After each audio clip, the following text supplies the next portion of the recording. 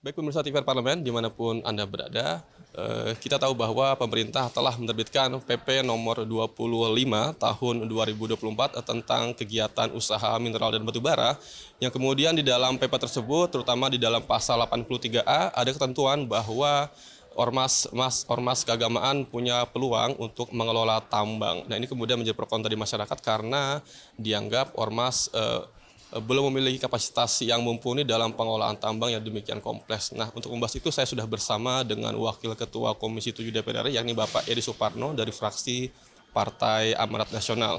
Baik Pak, terkait dengan hal ini tentu bagaimana Komisi 7 melihat ini, apakah ini sesuai dengan Undang-Undang Minerba kita? Kalau dibilang sesuai dengan Undang-Undang Minerba, saya kira itu masih sejalan dengan Undang-Undang Minerba. Sebab di dalam Undang-Undang Minerba, sana disebutkan bahwa pengelolaan dan pemberian izin untuk tambang itu diberikan kepada BUMN dan BUMD secara prioritas. Dan itu tanpa lelang. Jika kemudian ditolak oleh BUMN dan BUMD bisa diberikan kepada swasta. Tetapi di dalam pasal 6 ayat 1 Undang-Undang Nomor 3 Tahun 2020 itu juga diberikan kewenangan bagi pemerintah untuk bisa memberikan keistimewaan kepada organisasi tertentu untuk pengelolaan izin tambang.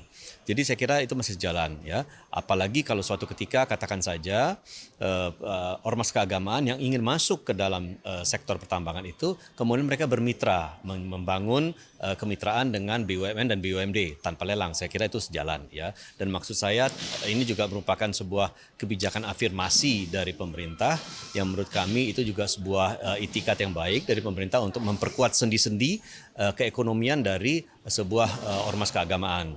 Saya rasa itu suatu hal yang positif. Namun perlu kita cermati juga dan saya garis bawahi di sini dengan kehati-hatian, dengan asas kehati-hatian agar proses untuk ormas keagamaan masuk ke dalam sektor pertambangan itu dipertimbangkan secara matang-matang. Aspek finansialnya, aspek operasionalnya, teknisnya, aspek pengelolaan lingkungan hidupnya, baik pada saat pengelolaan, pengoperasian maupun pasca pengelolaan tambang ya. Dan bagi asas kehati-hatian juga berlaku bagi Kementerian SDM yang akan mengeluarkan izin tambang tersebut. Jadi saya kira itu asas kehati-hatian harus dipegang karena belum tentu aspek pertambangan itu merupakan kompetensi utama dari ormas keagamaan. Baik Pak, dari sisi kemampuan ormas, apakah itu akan dianggap mampu Pak dalam mengelola tambang ini? Kalau saya melihat secara garis besar ya dengan tidak mengkerdilkan kemampuan dari teman-teman di ormas keagamaan, tetapi sepengetahuan saya dan saya bisa salah ya, mohon saya dirawat kalau saya salah, ormas keagamaan belum memiliki kompetensi di sektor pertambangan karena memang ormas keagamaan kita tahu sangat kompeten dalam sektor dakwah, dalam sektor pendidikan, kesehatan ya, dan itu kompetensi utama dari ormas keagamaan. Tetapi untuk masuk ke sektor pertambangan saya kira mungkin belum ada atau tidak banyak yang memiliki kompetensi itu, sehingga memang sektor pertambangan yang memiliki risiko yang relatif tinggi itu perlu dikelola oleh mereka-mereka yang memang sudah punya pengalaman, punya kompetensi, ya, punya kemampuan finansial dan lain-lain. Baik Pak, terkait dengan pengawasan Komisi 7 terhadap izin tambang ini bagaimana Pak?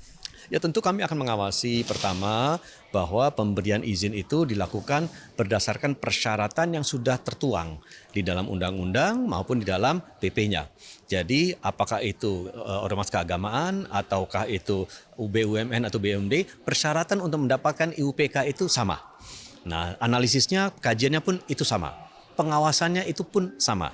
Jadi bukan berarti bahwa nanti ada pihak tertentu yang diawasi pertambangannya secara lebih lunak dibandingkan yang lain. Tidak, semua pengawasannya sama dan kami di Komisi 7 akan memastikan bahwa ormas keagamaan tidak sekedar dijadikan kendaraan tumpangan oleh pelaku-pelaku usaha yang memang sudah bergerak di sektor pertambangan tetapi ingin menggunakan ormas keagamaan sebagai kendaraan untuk mereka memperbesar usahanya di sektor pertambangan.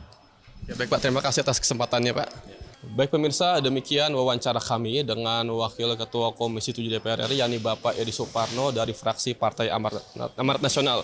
Dan tadi disampaikan bahwa PP tersebut itu dianggap sesuai dengan Undang-Undang Minerba, yang mana ini kemudian kita baca sebagai satu hal yang positif bagi masa depan ormas keagamaan di Indonesia.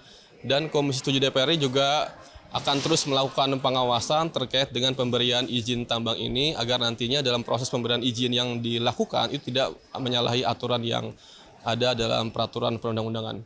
Baik pemirsa, demikian yang dapat kami laporkan langsung dari Gedung DPR RI Senayan Jakarta. Saya kembalikan kepada rekan saya di studio.